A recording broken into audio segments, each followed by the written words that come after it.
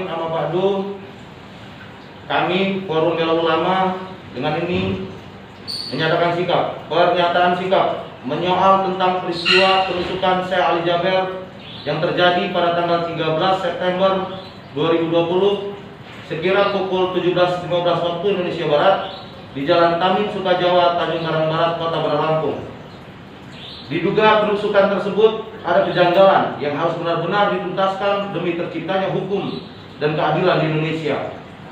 Kami para penggiat hukum, ormas, LSM, pengacara, serta praktisi hukum menyoroti kasus tersebut sehingga kami bahas dalam diskusi pada hari ini, Rabu 16 September 2020, dan menghasilkan beberapa keputusan dalam rapat yang disepakati bersama. Keputusan tersebut menghasilkan terbentuknya sebuah forum dengan nama Forum Bela Ulama. Forum Bela Ulama mengecam keras dan mengutuk atas insiden tersebut. Solidaritas ini terbentuk untuk mendorong pihak kepolisian agar mengusut tuntas di balik peristiwa tersebut.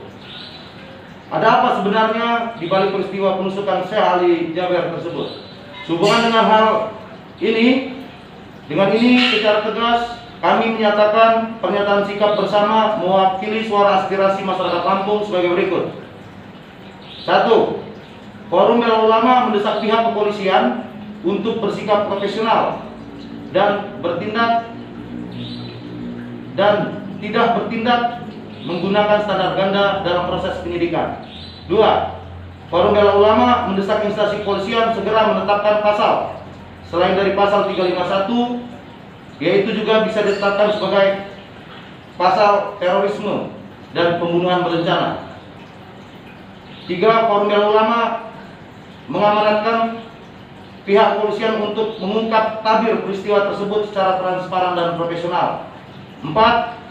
Forum Bela Ulama memberikan kesempatan kepada semua pihak dan elemen masyarakat untuk bersama-sama tergabung dalam pembentukan tim pencari fakta.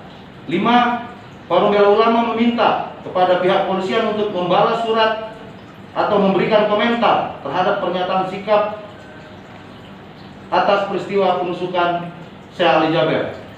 Demikian pernyataan sikap yang dapat kami sampaikan. Terima kasih. Assalamualaikum warahmatullahi wabarakatuh. Waalaikumsalam warahmatullahi wabarakatuh. Menurut pandangan kami dari teman-teman pengacara syariah yang ada di Lampung dalam konteks ulama, di sini kami punya pandangan dalam konteks hukumnya bahwa ini tindakan pidana murni, tindakan pidana yang walaupun mungkin tindak pidana ini ada konspirasi yang lain bila kita kaitkan dengan situasi negara kita hari ini, di mana kita melihatnya Syekh Ali Jaber ini kan merupakan ulama dunia, bukan lagi ulama lokalan lah atau sebatas kita saja gitu ya. Dan di sini akhirnya menarik semua perhatian. Nah, pandangan kita terkait ini tentu kita menginginkan penegak hukum, dalam hal ini kepolisian, untuk mengusut tuntas motifnya apa, gitu kan ya. Motifnya bagaimana terkait dengan upaya pembunuhan terhadap Syekh ini. Walaupun ada di berita yang sudah kita dapat dari media online dan lain-lain, sudah ditetapkan sebagai tersangka, sebagai yang juga punya niat ya, atau direncanakan ingin membunuh dan lain-lain. Tapi terlepas daripada itu semua, kami dari APSI meminta kepada aparat penegak hukum untuk fair, untuk profesional, untuk bisa mengungkap perkara ini secara jelas, karena ini tentu sudah sangat menyakiti hati umat Islam wabil khusus seperti itu. Ketika kita bicara soal bagaimana sih agar pendakwah ini aman gitu ya, agar tidak lagi terjadi hal seperti ini, atau bisa kita katakan kejadian itu merupakan presiden buruk dalam rangka seorang ulama memberikan tausiah, memberikan ceramah, menyebarkan kebaikan. atas kejadian ini kan semacam ada ancaman atau teror ya tersendiri. Nah, solusinya seperti apa? Saya kira ketika kita bicara solusi, ya dulu para penceramah itu bebas-bebas saja untuk menyampaikan perihal-perihal kebaikan di dalam majelis ilmu, kelompok-kelompok pengajian dan lain-lain. Nah, kalau melihat seperti ini, ketika misalnya kita akan berikan solusi, ketika ada ceramah-ceramah kita pasang pengamanan dan lain-lain.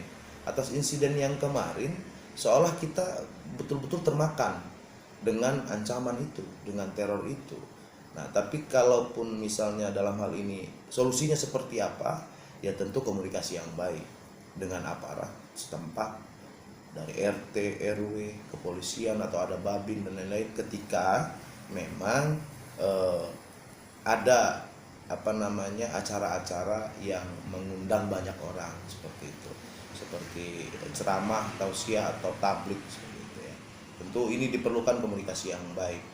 Tapi dalam konteks ini juga saya mewakili perasaan juga gitu ya, bahwa kalau kita mengingat masa lalu, ya sebenarnya bebas-bebas saja ketika kita seorang pendakwah ulama ingin memberikan nasihat-nasihat soal agama seperti itu, soal kebaikan. Atas kejadian ini tentu karena ini sudah mengundang banyak pihak ya, mengundang perhatian yang luar biasa bahkan sampai dengan dunia, kita di Indonesia wabil khusus di Lampung menyikapi persoalan ini, kalau bagi kita ya biasa saja gitu ya. Biasa saja dalam artian kita tidak usah panik, tidak perlu takut, walaupun ada beberapa kejadian-kejadian yang itu tadi tanda kutip semacam kita ini sudah tidak aman gitu ya, karena banyak kejadian-kejadian yang luar biasa semacam ini. Menyikapinya saya kira kita tetap waspada, hati-hati ya, koordinasi yang baik, dan bahwa umat ini tetap kuat, umat kita tetap bersatu, kita tetap berdampingan baik dengan penganut kepercayaan lain atau agama lain, dan bahwa toleransi saya kira di Indonesia itu sudah final. Jadi kita sebagai masyarakat, kita sikapi secara bijak dalam konteks mari kita ikuti proses hukum yang berlaku di Indonesia ini, mudah-mudahan bisa diterima oleh masyarakat, dan kita tetap meyakini bahwa penegak hukum akan menjalankan fungsinya secara benar.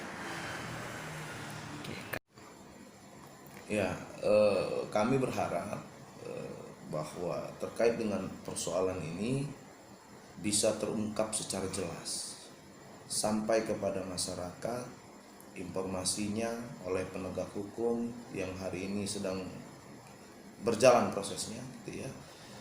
Sehingga kita juga masih meyakini bahwa di negara kita sedang dalam keadaan baik-baik saja ketika memang hal ini bisa diungkap secara jelas.